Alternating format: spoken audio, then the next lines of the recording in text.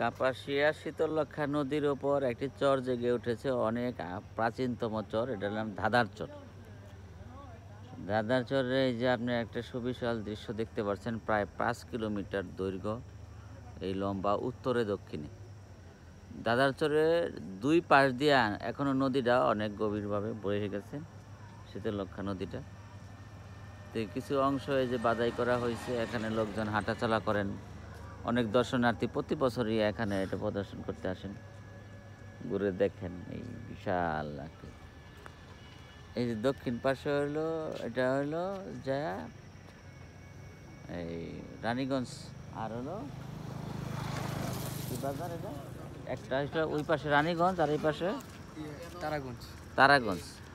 তো এই দাদারচরের দুই পাশে দুইটা বাজার আছে, তারাগঞ্জ আর রানীগঞ্জ। খুব সুন্দর জায়গা, ভালোই। মাঝে মাঝে আসতে হইব, ঘুরতে হইব, দেখলে ভালো লাগবো।